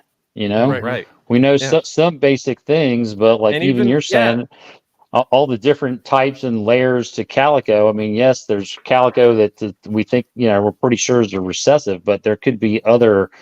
You know, there's a polygenic element to it as well. That's not just simple recessive. Right. Yeah. Right. Now, you know, with the hobby growing and obviously new people coming into any new species in the game, a lot of questions that you're going to get, obviously. Husbandry questions, like what level of a keeper do you need to be to keep an Amazon tree boa that you feel like you would have to tell somebody? And like, what are the basic husbandry steps that you explain to a new keeper, Rory? I'll be right back. Okay, you're good. Now, I'm sure you understand. I don't really work with many new keepers these days. That's not to say that I would like discourage any of them from pursuing Amazons, because certainly, as I kind of alluded to earlier, you know, I was still kind of like a noob when I first started getting my Amazons, and I had like some of the typical issues. But you know, the motivation was there, the passion was there. And so there was nothing ever that came along in those early days that kind of, you know, personally speaking, like spooked me away from keeping them. Of course, you know, they can be finicky feeders when they're neonates, but, you know, typically they do very, very well once they're established. So I don't like to personally like discourage new keepers, even from something that's kind of more like traditionally thought of as being like an advanced species. Amazons, I'll just say, they're open to anybody, just not dumbasses like you. You know, there's always those people. They see themselves out though, Rory. And they do. That's the perfect way of doing it. I mean, yeah, like if I took like a motorcycle analogy, you know, like the first time I ever rode a motorcycle was like a sport bike, and that was my first motorcycle. That's not what you typically like recommend to somebody. No. Yeah. But you can do it. You know, if you got the right person, don't let that discourage you. You know, Amazons are great. I just had a kid last year, right? And all I can think about is like, you know, fucking getting him a dirt bike someday. But all I can remember is like my dad putting me on a dirt bike when I was like 6, and I'm pretty sure it was like a little bit more advanced than what I needed. And fuck, did I eat shit, man? But like I learned pretty quick getting on a bike like that. But I don't know how I would feel doing that to my son. Like, I don't know. Like, you know, I mean, fuck, my dad's raised a little differently, I guess you could say. And I'm not trying to raise my kid to be a pussy, but like, fuck, man, there are levels to certain things. You know what I mean? And there are entry ways to get it, like get your feet wet and stuff. You can't grow without risk. I was KX60, man. You 65 or 60? It was a 60. It was a 90. It was a 93 KX60. It was two strokes were kill you back in the day too. Though, you know what's crazy? My dad would hop on the bike to show me things, and he would eat shit. And I'm like, like, dude, you can't even stay on the fucking bike. You know what I mean? No, but you know, one of the common things that, you know, God bless the new keeper, but they always ask, does it bite? Am I going to get bit? Right? Anything's capable of biting you, but can we really talk about Amazon tree boa bites and what happens in case one does bite you, and what you need to do? Like, what would you say to anyone out there curious about an Amazon tree boa bite? Now I rarely get bit, to be honest. I'm not like one of those types that enjoys getting bit. I'm not like an exhibitionist, if you haven't guessed. You know, I don't think it's like cool or anything, so I don't tempt my animals, and I handle them carefully. And you know, because I've worked with them and kind of know their nature, I got hands on Amazons all day, every day, and for me to get bit, it's it doesn't happen that often. It's pretty rare. So do they bite? Yes, they bite. Do they bite all the times? Yes, they do bite all the time. But that doesn't mean you're gonna get bit all the time. You just pay attention. I've never been bit. Knock on wood by an Amazon. Just work with them. Mark, so you do really good about not getting bit though. Like you told me like you do everything you can to ensure you don't get bit by anything, right? Now, I mean, to a certain extent, like I'm not gonna, Try to get bit. yeah, I'm not. Yeah, I mean, if there's something I can do to avoid getting bit, that's what I do. But I'm not gonna like hook them out of a tub or anything. I just take my chances there. I make liberal use of like little plastic tub lids as shields and whatnot. Yeah, you go in with the shield. I don't hook my Amazons for the most part. I rely on a shield. Well, I mean, what is this photo of you hooking a? Yeah, look at me there. Now, whoa! Now, I've been bald for a very long time, but that's a very old photo, sir. A very old photo. Hey, but that looks like a big snake. That's an Amazon thing. Okay. That thing was a monster. It was a freaking beast. Somebody gave me that snake. They'd gotten it from someone as a non-feeder. Like hey, this is the last resort. Go ahead and take this animal. The person explained to me that they had it for like 6 months. Long story short, eventually they got it to eat a pinky rat, and then it would only eat that Amazon right there would only eat rats, and that thing was around 2,000 grams. That snake was about 7 feet long. Wow. I was gonna ask, like they're deceptively long. I bet. Like I've never measured one, but like they have like a long strike range, and they, they're very slender, but they seem like they're long. Going back to kind of that, and with reference to bites, there's kind of like a hierarchy of Amazon bites, and when they do get you, fortunately, they're kind of like clumsy oftentimes with their defensive strikes, and oftentimes they'll kind of just like punch you with an open mouth. Or closed mouth too. They'll nose you, but oftentimes when I do get bit, I'm only getting like a few teeth that hook into me. Yeah. They usually don't bite and squeeze. Now I've had those bites, and those bites suck. They like that will give the species a bad name, but it's uncommon. Like in the real world, with your reaction and flinching, they rarely get that good chew on you, but they can. Now I had a big group. I had a group of barneck scrub pythons, and man, they're impressive, bro. They were like, I was in love with them, but there were times where mainly in the enclosure, they were, you got to be careful how you approach them. But even when I got close, they would always just bop me. Like they wouldn't even bite me. They would almost just headbutt me, like almost like push me away. Where I'm like, I thank God for that. They could intimidate you.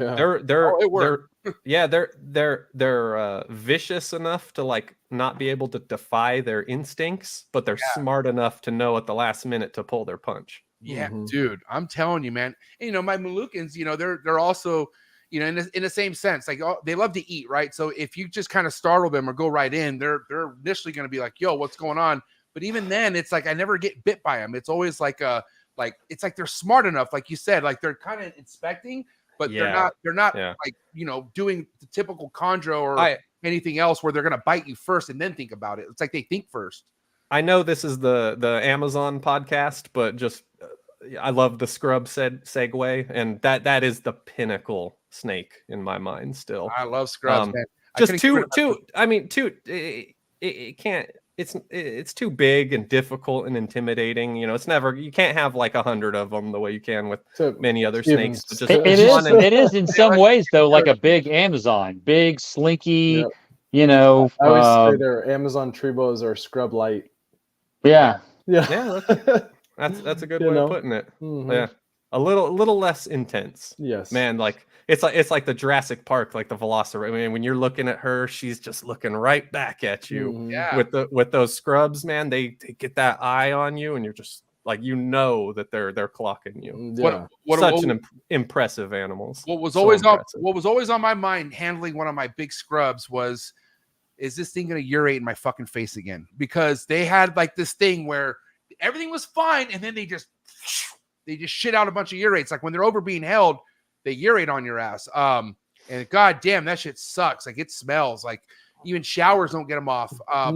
How messy are the Amazon tree boas? Be honest. They can be a little bit gross, but it depends on the individual.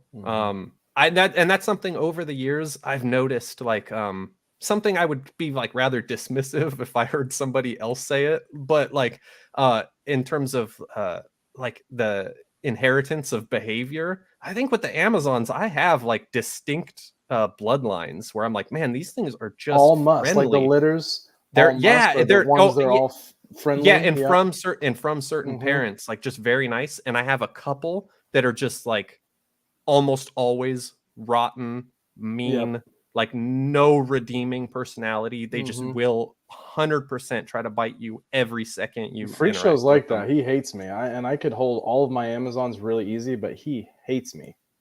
I don't think any of mine have ever. I don't think I've ever been musked on. Honestly, not that I'm holding them a bunch, but usually it's still. the younger ones that would do it for me. But I mean, because once they're older, they've probably been in my collection for a little while. But Marshall, you know I got a good memory, bro. Even though I smoke a shit ton of pot, and I'm telling you, when I was at your place, I saw that Amazon tree boa fucking cage. That shit looked fucking messy, buddy. I mean, look like they look like they shit a lot in there. They do, yeah. They shit every couple days for sure. More than a green tree python. You know, green tree python's just going to shit down. It's going to be a clump like a little dog turd, and you roll up the little puppy pad and throw it away or whatever. You know, Amazons are like the colubrids. They'll go to the bathroom a lot more often too. Yeah, not as messy as my. Maybe not as bad as a colubrid, but definitely as often, I would say. Now, do you like, for instance, Rory, when you have a first-time Amazon tree? Not that you talk to first-timers, but if there were somebody out there who's like approaching you and they're like, "Man, this is my first Amazon tree boa. What do you recommend husbandry-wise?" Like, you know, there's simple ways as far as the chondro keeping goes, and it's preferred. But I mean, how do you like to give advice for someone out there who's asking how to keep their brand new Amazon tree boa? Case by case basis, like, you know, it depends on the kind of vibe I'm getting from the person. I'll know real quick what they're like. If we're talking new keepers, I'll kind of be able to gauge their potential and what kind of skills that they have, and kind of go from there. I'm not like a maximalist by any means when it comes to like a regimented husbandry protocol with the Amazons. It's a big country. Well, it's a big world. It's a big country. There's a lot of different climates and different areas, and I think all of that plays so heavily into like how you want to approach your husbandry. But I tell people in general, you know, they don't need anything like super hot. They do very well, like if you can keep ambient. Like if you were to keep them ambient and you could keep them at like 80 to 85, you would need no real basking or supplemental heat in those conditions. Right. You know, I'm always looking for like a ambient, like 60 to 70% humidity with no condensation, like a dry humidity, no dripping or anything on the cage. Good airflow. Right. Good airflow. I keep them dry. When you do mist or you spray them, you want it to dry off quite a bit, but you know, other than just balancing the temperature and the humidity, you know, there's certain like feeding quirks, but that more comes into play when you're a breeder and you're establishing your babies. You know, if you're buying something and it's reputably sold to you as a well-started animal, assuming that it is, you know, past the point of like establishing it within your own collection and getting it comfortable and settled in. They really are easy. That's really the only thing I can say. They have that going for them. Seems like they have a broad range of parameters. Unlike... absolutely. And if you look at their natural range, they're from all over the place in South and Central America. Not that I've been there. Maybe one day I'd like. Have you ever checked out iNaturalist, Rory? No.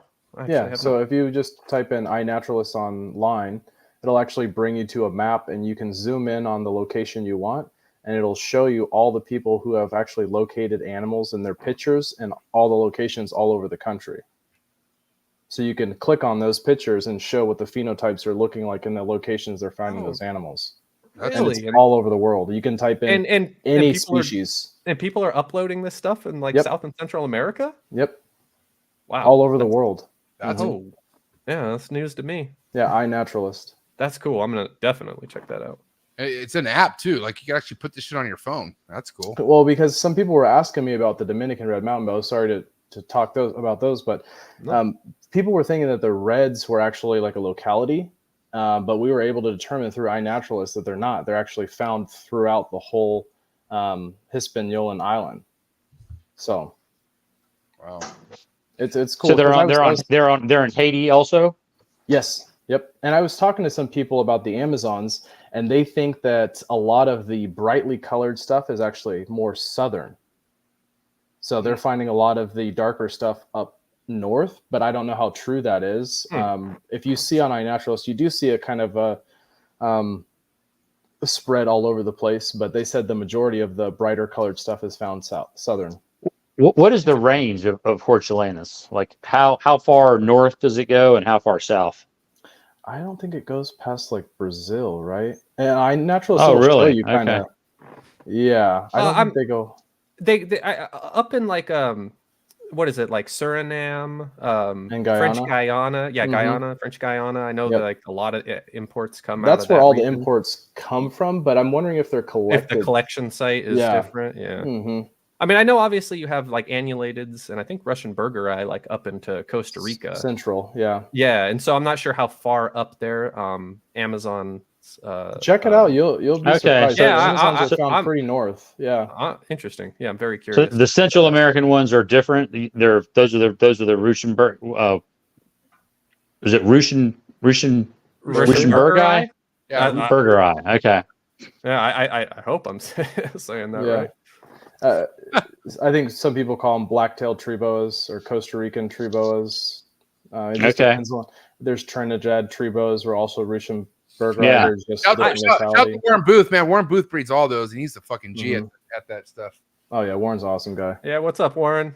Oh, man, shout out to Warren. But kind of going back to like you explaining, like, all right, well, feeding is one thing, but that's not something you really need to be worried about until you actually consider breeding them. Now, that's stuck in my head because there's a lot of learning curves when trying to figure out what baby wants to eat what. What was the learning curve for you getting your baby Amazon tree boas to eat? Has it been pretty straightforward this whole time, or has there been some crazy learning curves on getting the establishment part down? There is with certain individual animals. Like they do occasionally have odd meal preferences. However, in general, like my first line of attack is brained pinkies. The vast Pinkies or majority, fuzzies? like large pinkies, Okay. large like peach fuzz, Okay. pinkies, brained. That's like my first. That's my first line that I always go to. When you say brained, can you explain that? Some people don't really understand what that means. Okay. Yeah, I'll elaborate. Definitely. Good question. For me, I don't know if anyone else's braining differs from this, but I kind of I'll take like usually a toothpick and just kind of stab at the deceased. I don't do this to live pinky mice, of course. Frozen thawed. Yeah, frozen thawed. Or if I'm feeding fresh, I'll euthanize them first. But then you take like a toothpick, razor blade, slice their brain open, get like the juices flowing out onto the tip of the mouse's face, and just tongue feed on some forceps. And it helps if that pinky is very hot. Yes. Very hot. I've had that is like work a lot. Yes. Braining. Yeah. Braining a very hot pinky is like, more than 80-90% the way most of mine start. It's only a small remnant of those that I ever need to think about, like trying like a mouse tail, or occasionally back to that gigantic beast of a garden phase in my photo, because of getting that animal like very early on and keeping this species. I've always kind of known like, hey, try a rat pinky. with the really stubborn ones, and that's worked over the years as well. Yeah. If you can source like a newborn day old rat pinky, that's a very good thing to try. Other people like to do live, like in a container, in a deli cup, or in a paper bag. Tried that, had that recently with a last holdback from her last holdout from the last litter, and it worked. Oh, nice. Yes. Sometimes it works. Other people say it works all of the time. There's definitely been times in my experience where that does not work at all. It's worth trying, but it's kind of more about figuring out what that individual animal wants, which even, of course, variables can come into play aside from what you're offering it. It could be how you're offering it, the time you're offering it. Some might be okay eating during the day. Some might only want to eat at night. Other ones might wait to take their first meal like early in the morning, kind of thing. And they can take big meals too, compared to chondros and emeralds. Yeah. Oh, absolutely. Relative to their their size, of course. You don't really have to be too concerned with maxing out in Amazon. Just personal preference from my experience over the years. I kind of err on the side of caution when it comes to size when dealing with frozen thawed. I don't like feeding frozen thawed that much. I guess it is because I bred rats and mice for like over 10 years that I don't know. I feel like I really like freshly killed prey items, especially if you're kind of pushing the size envelope on them. You can't beat freshly killed. There's no, in my opinion, I think that's like your right. Your best. There you go. I mean, would you rather eat a frozen mouse or a fresh? Fresh kill. A frozen hungry man or fresh. I don't want to get off topic or sound like a fat ass, but here's the thing: I love corn dogs, right? And I've had corn dogs from Hot Dog on a Stick, which you don't see at the mall much anymore. Yeah. Versus like a fucking one you put in the microwave that's frozen, and the frozen ones taste like shit. I'm sorry, but like nothing's better than having one of those chicks with the weird hats dip those fucking corn dogs right there in front of you, and the lemonade. For sure, but that yeah. I'm sure they notice it too. You know, that's all I'm saying. You know what I mean? So, especially when it comes to frozen thawed, like how I mentioned, I like to heat them up and get them real hot. You got to be careful not to like cook that pinky in hot water, because then it becomes like rigid and stiff. Yeah, and that's when I think like it could be more likely to maybe, you know, if not injure a snake, but like cause a regurgitation. Also, I think specifically when it comes to frozen thawed and pinkies, it's small frozen thawed meal items. I think like handling, user error, like in contamination is more of an issue.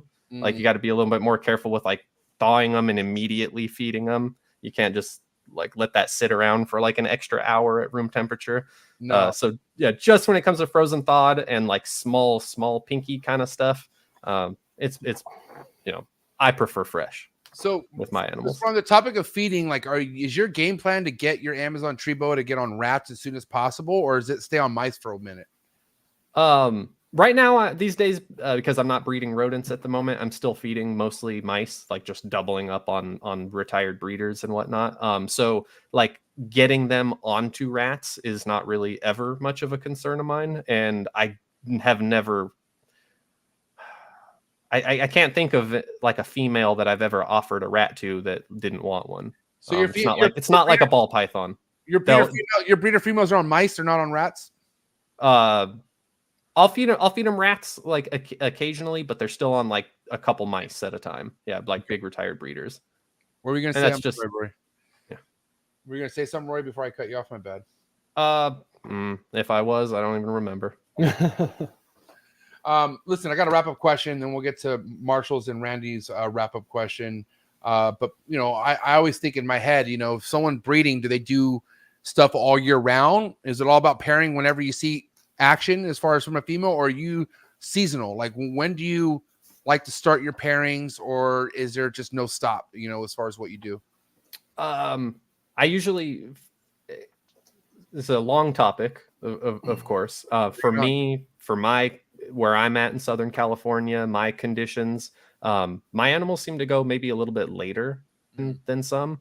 I typically am not getting most of my ovulations until like June, sometimes maybe even July. Because of that, I used to begin to breed more diligently around like December, January.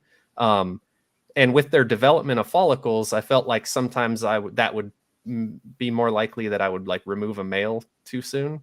Right. And get a crappy litter. And so just with time and more experience under my belt, I'm more familiar with like kind of looking for the signs. And so my breeding now is just totally dependent on what the female looks like. I don't really I wait for them to develop follicles, and it's usually like a good 6-month window, but still the majority of the time, it's most of my breeding is taking place like from March to June, I would say. See, I'm from SoCal too. I'm in San Diego. Where are you at, Rory? Brea. Okay, perfect. So I think it is completely different for us. I compared to like a lot of other people in the East Coast or people who actually have seasons. They can easily be like, well, I'm going to go ahead and, cut their this or that off because of the time of the year. But for us, like, when do we really know it's a cold season or a hot season when it's majority sunny for the most part, right? Yeah, especially when your room is climate controlled and the cage is climate controlled. Right. Yeah, there's been a few animals in my females in my collection that I've had just like bad luck with breeding. And I suspect it's just they have a very unique like timing as individuals with their follicle development, and it just doesn't really fall into when I'm like targeting or looking for it. I had a female actually slug out about a year ago, and based on the timeline, it would have led me to believe like, what the heck, this thing would have ovulated in like October or November. Right. Like that's usually when my litters are being born. Right. But isn't it, correct me if I'm wrong, guys, because I could be off, but like, for instance, if your Amazon tree boa could be cycling, right? And let's say you don't put a male in and she either absorbs or nothing happens, isn't there another opportunity that you could still possibly get later on that year? Like, isn't there another opportunity of her possibly cycling again? And what I mean by that, like, for instance, these snakes that you're not seeing really do much until like June or whatever, wouldn't there be a case if you were to hold off and wait later on, or you understand what I'm saying? Like, isn't there another chance? I think yeah. If I had to guess, yeah, I mean you're on the money. It's you probably have 2 windows in a year. Realistically, there's probably like an early season and a late season potential there.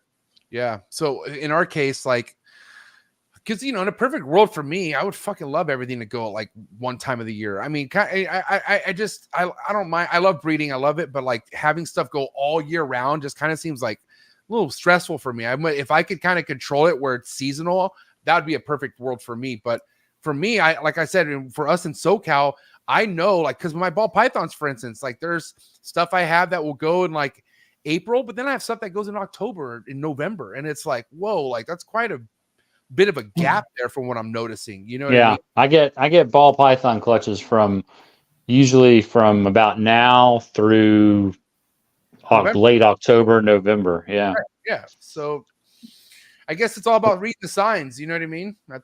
When it comes down to, but right on. All right. Who wants to go next? Randy or Marshall with the wrap-up question? Sure. I'll go. Go ahead, Randy. So if you could only keep one phenotype, what would that be? Ooh. And it looks like the king of DIY just showed up too. That's kind of hitter.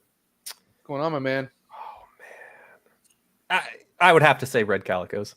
Okay, I thought you were gonna say bicolor, but there's calico is so variable. You could have a room full of calicos and they all look different. Yeah, I guess I'm betraying myself, maybe, but I mean it's still red calicos. Okay, there you go. All right, Marshall, what you got for Rory? So we haven't really talked about your kind of setup and husbandry very much. What does your room look like? What does your setup look like? How, like, is it a I guess you guys don't have basements out there, so is it like an extra bedroom? Is it like a garage that's been converted? Kind of walk us through what your setup is, and are you keeping anything else besides Amazons in there, or just Amazons only? As far as reptiles, I only have Amazons these days. I do have a whole spare bedroom dedicated to them. I've kept most of my animals in custom made racks that I've built for myself, like large, like 92 quart tubs. It's basically like a CB70 that's like 13 inches tall. So like a double or triple high CB70. Okay. That's worked out really well. I like to tinker and kind of build stuff. I'm actually working on a display cage project right now. And so that's what I'm going to be transitioning my animals to in the near future. As far as temps and whatnot go, I mean, I'm in Southern California. It's hot all the time. Amen, brother. My ambient temps in my room, I don't like them. I mean, it can get, of course, we could still get like 60 degree, 68 degree like indoor temperature easily, 66 degrees. But I like to keep my room kind of like at a minimum of like 73, 75 if I can control it, like in the cold season, with a spare space heater. But other than that, I do use belly heat for all of my enclosures. I know, like, you chondro guys and your heat panels and whatnot. Not Ryan Young. Ryan Young shits on. Hey, by the way, I'm with Ryan Young. Fuck these heat panels, bro. Thank you. I'm just telling you right now. Fuck these heat panels. You just gotta know how to use them. All right, and it's less is more with them. That's all I got to say. There you go. Less is more. Yeah, they get freaking hot. I like to really keep my I keep everything on thermostat still. I have a lot of flex SWAT belly heat, but I really like the old school Ultra Therm heat pads. Yeah. Because you just don't need a lot of heat, period. Like, right. Yeah. And I'm sorry to go ahead and expand on that. Again, in Southern California, like 8-9 months out of the year, it's hard to keep my room under 80 degrees. Yeah. It's hard to keep your house under 80 degrees out here. So when the ambient temps are like 80, 82 sometimes, that's when oftentimes I do like turn down the heat or turn off the heat in my individual enclosures, and just let them chill ambient 82, 84. And are you using like a humidifier? Because I mean, you guys, I know the air is dry out there. So that's my biggest challenge here is when it's hot. The hot season is hot and dry, and what's even worse is the freaking cold. It's hot and dry, and hot and dry. Right now, Cypress, right now is perfect, I would say. This is my fellow Southern Californian. This is the best time of year. Yeah, absolutely. Go ahead. What'd you say, Randy? What was your question? I was just asking, like, if he keeps them on substrate or if he just does like puppy pads or. Yeah, there we go. So these days, right now, I've been using just like newspaper, newsprint that I buy. I don't like it personally. I really don't like it. It's just like the economics and the convenience of it. When it comes to like a loose substrate in Amazons, I've experimented with all of it. I really like cypress mulch. Me too. Cypress mulch is the best, in my opinion, period.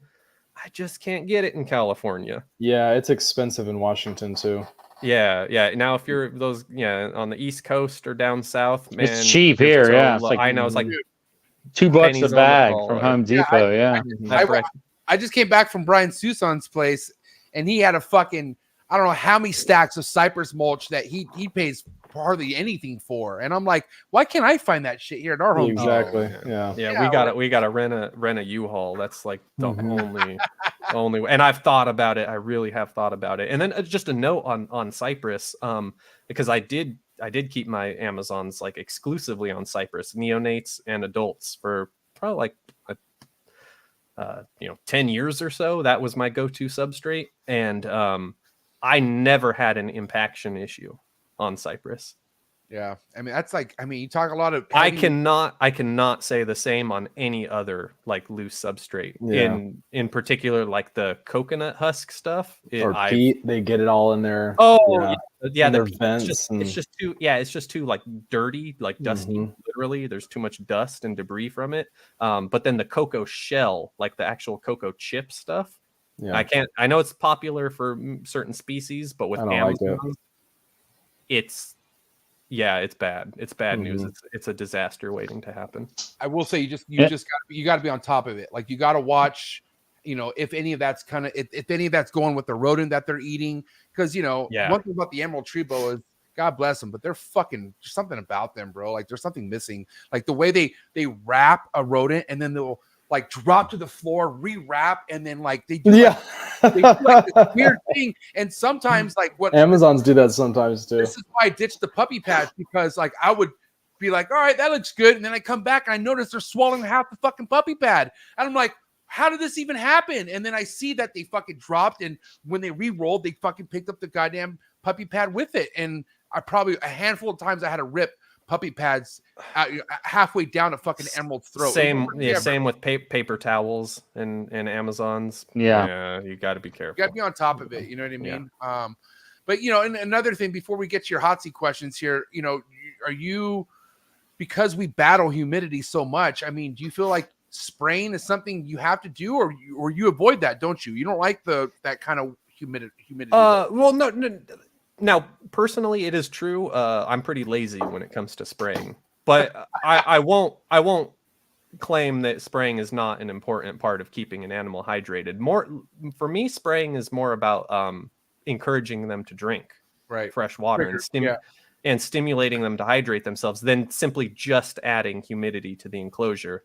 Because I do use a whole house humidifier in my snake room, so I keep it at And again, Southern California, man, my 5-gallon humidifier tank will be gone in a day. It doesn't work. It's just and the wicks, if you're using like the evaporative one, like those wicks get all crusty, and you got to have a RO unit, and it's just it's a that's battle, been my biggest challenge with them is they have shed. It's real easy for them to have bad sheds, and it's hard to fix it if they have one. Like you can't just soak them and it comes off. Like once it's stuck, it's stuck till the next shed. They really are difficult to assist shed. Part of especially it is just babies. they're high strung, high stress, kind of like nature. They do not like to be restrained. No, like good. You almost feel like you're popping your knuckles when you're like pulling the shed off of them. And the skin doesn't want to come off. Like even after you soak them, it's just stuck on there. No. Your best bet is if you catch a whole body rough shed, like you got to catch it in progress, and then if you soak them, there's a good chance. Like if it's within realistically like a day, yeah. But if you come in on the second or third day and notice that it's done. Yeah, like stuck for the next time. One thing about stuck shed, like it helps people with crazy like weird OCDs. Like I will sit there for a long time and take every fucking thing off if I have to. But there's some species where good luck, you're not getting that fucking stuck shed off. And one of those species that, God bless, I don't work with them no more. I don't really miss them much. But mangrove cat snakes, man, a calubra. Do you ever see the mangrove cat snake? Dendrophila. Am I saying that right? Oh yeah, absolutely. But man, you talk about a snake, the boega, Dendrophila. Yeah, you want to talk about something that doesn't want to be held and does not give a shit about its stuck shed, and getting lit up by one of those things are not fun. But man, I hate seeing stuck shed. Seeing stuck shed really kind of like I will sit there like gaming myself up, like you're gonna get this stuck shed off. I don't give a fuck what it takes.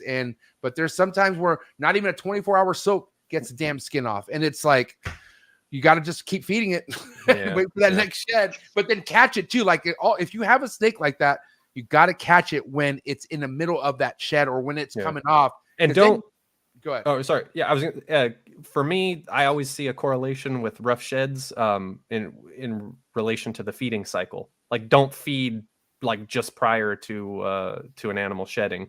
I think that's a contributor. And I don't know if it's like just if you have an animal at a certain stage of its shed and you feed it with like stretching out the skin, if maybe you like kind of like tear the layer of of shed that's coming off and then it dries up, and maybe that's how it happens. But I feel like oftentimes animals, when I get rough sheds, it's like immediately after a meal. Oh, I didn't notice that was in shed, and I fed it, and like 2 days later I had a rough shed.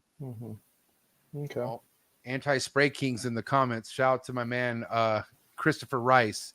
But goddamn, man, I can't see a reptile life without spraying my snakes. I gotta spray just because where we live. I feel like there's been moments where I look at a chondro and I'm like, is it in shed? I don't think it's in shed, and I didn't spray it. And of course, there's my fucking stuck shed. But then if I caught it in time and I spray it, I don't deal with it, you know.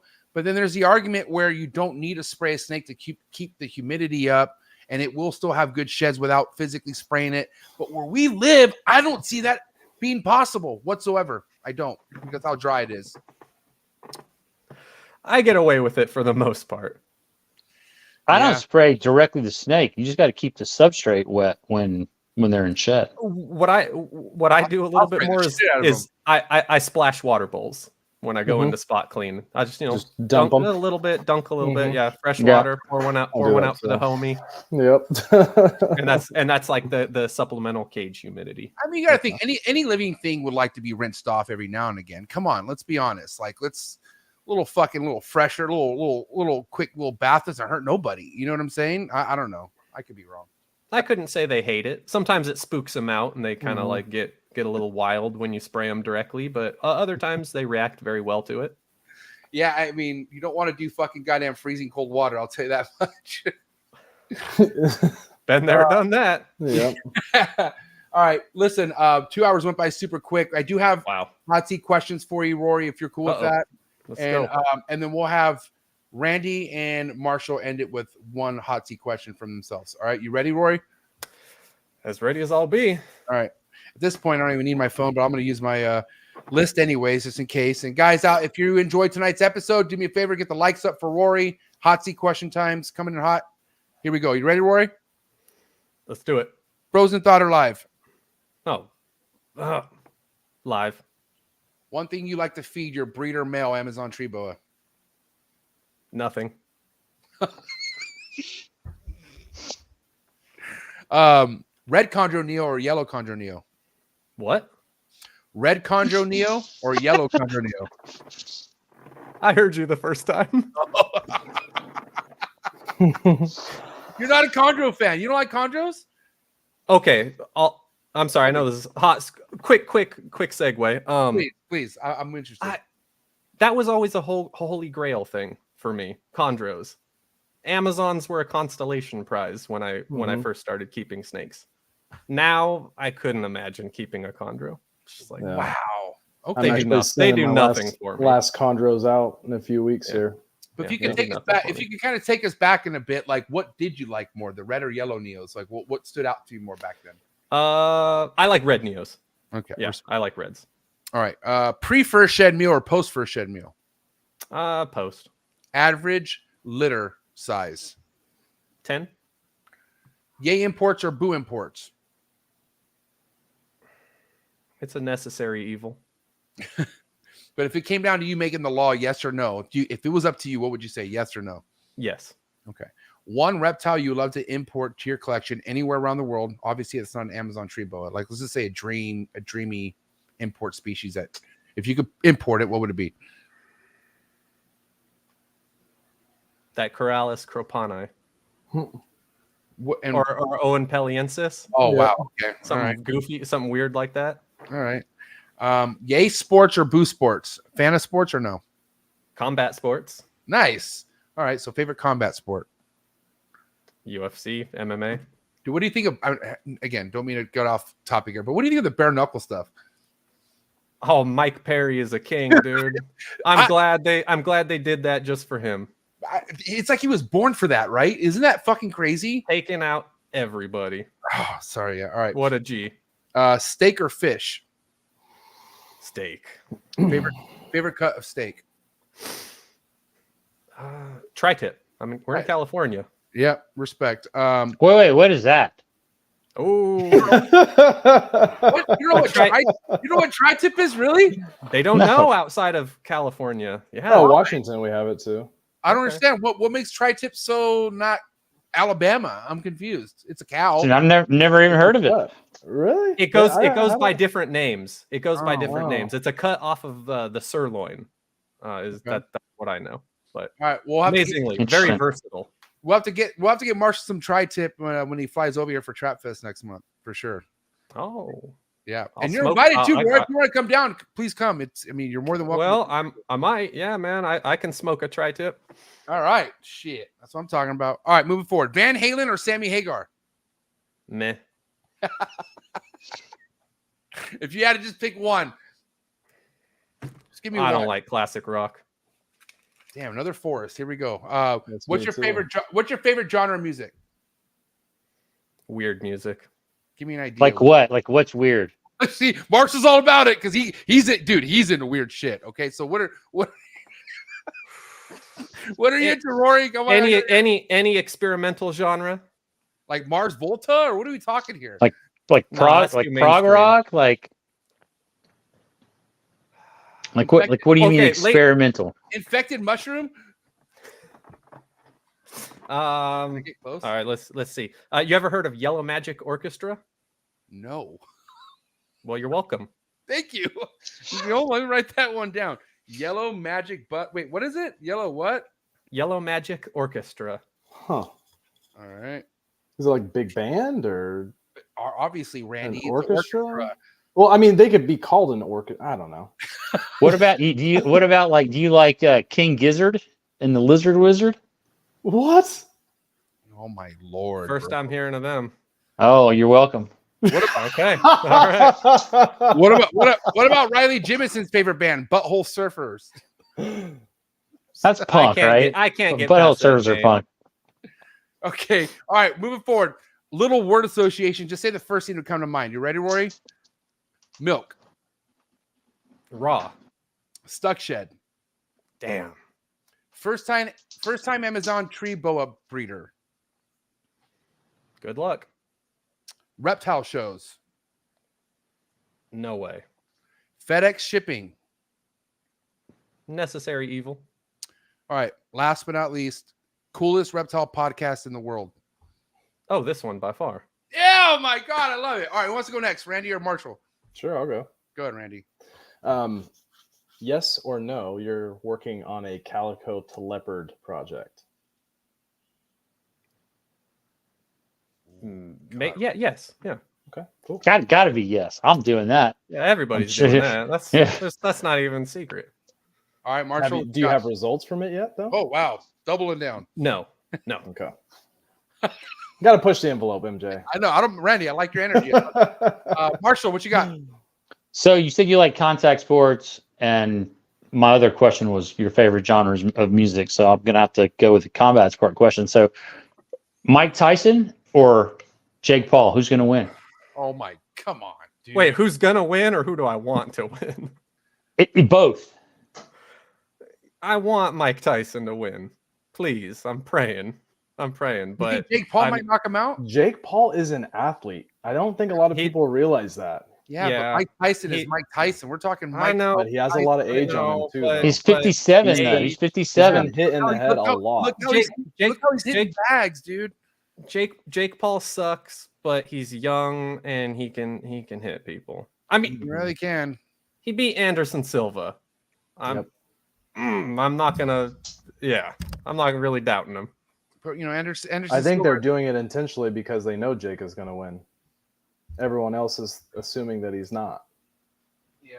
Yeah, I mean, unfortunately, age, it's just a reality. They say power, it's always the last thing to go. So, I mean, We'll see. Mike Tyson could do something, but All I know is you can't take anything away from this guy, Jake, because people been doubting this guy from the get go. Yeah. Look what he's been doing. You know. What yeah, I mean, he's picking his fights well, I but mean? Yeah, he's doing. You know what I mean? he's showing up and he is doing it. So, And we're talking about everybody he's knocking out it could live the rest of their life never having to worry about money. And even though Tyson's already well off, oh my god, after this fight, he's gonna be so good. I mean, it's easy come, easy go for him. So, and you can't take that away from any of the Paul brothers. They're fucking they're geniuses. If you want to ask me, as far as Yeah, how to do yeah. it.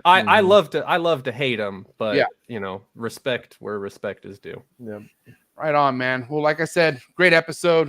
Shout out to Joey, the king of do-it-yourself in the building. Appreciate the super chat. But we had just shy of 80 people tapped in tonight, Rory.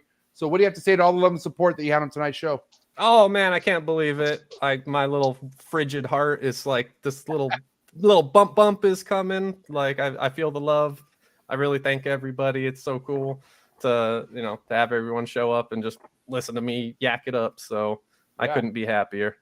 Now, a lot of people are going to wonder how they could kind of be in tabs with you. I mean, would you say your website's the best place, or where can people follow your work and just kind of see what you have and how to get it and whatnot? Yeah, moving forward, it's definitely my website, canopylabexotics.com. There's nothing on there right now. I'm kind of like redesigning it or whatnot. I have some offspring available soon.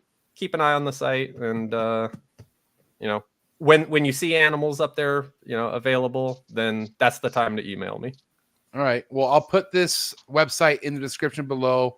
So, guys, check it out whenever you want. But, guys, give it up for Rory. It's a wrap, ladies and gentlemen.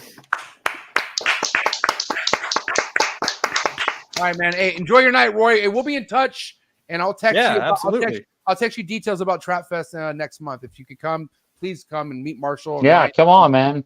I'm down. Let's do it. All right, man. Have a good night. Thank you, Rory. Peace, buddy. All right. Peace. Thank you so much, everybody. Later, man. Have a good night. What a great show. I Man, was stoked, man. That was awesome. dude, I had no clue he fucking produced Malukins. Like, what? Mm-hmm. Dude, this is my kind of guy right here, man. Yeah. This was epic. And what would you say overall? How'd you feel about tonight's show? Randy, did you go the way you wanted to go? Oh yeah, man. We can go another 2 hours if you want, Easily. but I know you got family. but yeah, man, I appreciate you having Amazon Tree Boa keepers on here, man. I know you're kind of doing your chondro and emerald tree boa and monitor thing, but I'm obsessed with them, so, and I know there's a lot of other guys out there that are. Well, I mean, dude, Marshall's my fucking ride or die right here on this segment, and he works with he works with the Amazon, so I don't want to be a selfish fuck. I'm also wanting other people to know about the Amazon tree boas, because it's not all about just what I work with.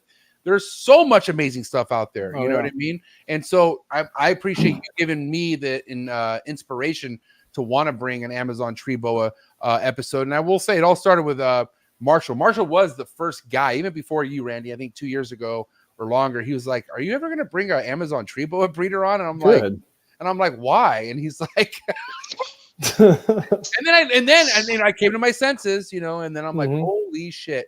But, people like Rory, Dayton, you know what I mean? And just what a good game to be in, the Amazon tree boa game, for sure. So much to come, Mm-hmm. Yeah. And Mark, so much we don't know, so much, they're just so variable. You ask 2 or 3 different people what this is or that is, and you might get 2 or 3 different answers. It's like ball pythons in 2004. That's kind of where we are right now. Yeah. It's exciting to hear, because obviously that means there's nothing but potential and a lot of cool things yet to be made in the Amazon tree boa game. So, but guys, do me a favor, go give Randy a follow. You changed it. It's static arboreals, right? Stoic, my bad. Yeah, it's all good. No, it's still just Randall on my Instagram. I'm working on my website, and the Instagram is mainly just for snakes. So it is Randall Piggies on there, but yeah, I'm just trying to show people that is also me. Hell yeah. And then of course Marshall Mendez, Red Mountain Herps. Give this guy a follow. And Marshall, send me that emerald tree boa, please. I'll get it to eat. All right, I got you. Let me just make your life easy, buddy. But seriously, guys, I appreciate you guys both. What were you gonna say, Marshall? Nothing. Nothing. All right, give it up for my man Randy P and Marshall Mendez. It's a wrap for these two ladies. See you, Randy. See you guys later. Have a good night. Have a good night, You fellas. too. Thank you so much. Peace. Bye. All right. Hope you guys enjoyed tonight's episode. I know I did. Thank you to all the super chats, all the activities in the live chats. You guys are amazing. Please get the likes up. Let's get the likes up if you enjoyed this episode. And if you want me to drop another Amazon tree boa episode, then please shut up. Damn it. Alexa, always talking out of pocket. But listen, If you want another Amazon Trebo episode, drop a comment in the comment section, and I'll work on another one. But guys, be ready for tomorrow, Wednesdays, Cush's Corner. My man Stephen Cush bringing that heat. It's all going down here on the Trap Talk Reptile Network. 6 days a week. Coolest reptile network in the world, and that's a fact. Have a good night. All in the Tree Tuesday. It's a wrap for Rory of Canopy Lab Exotics, episode 493 in the books. Have a good night, and I'm out. Cheers.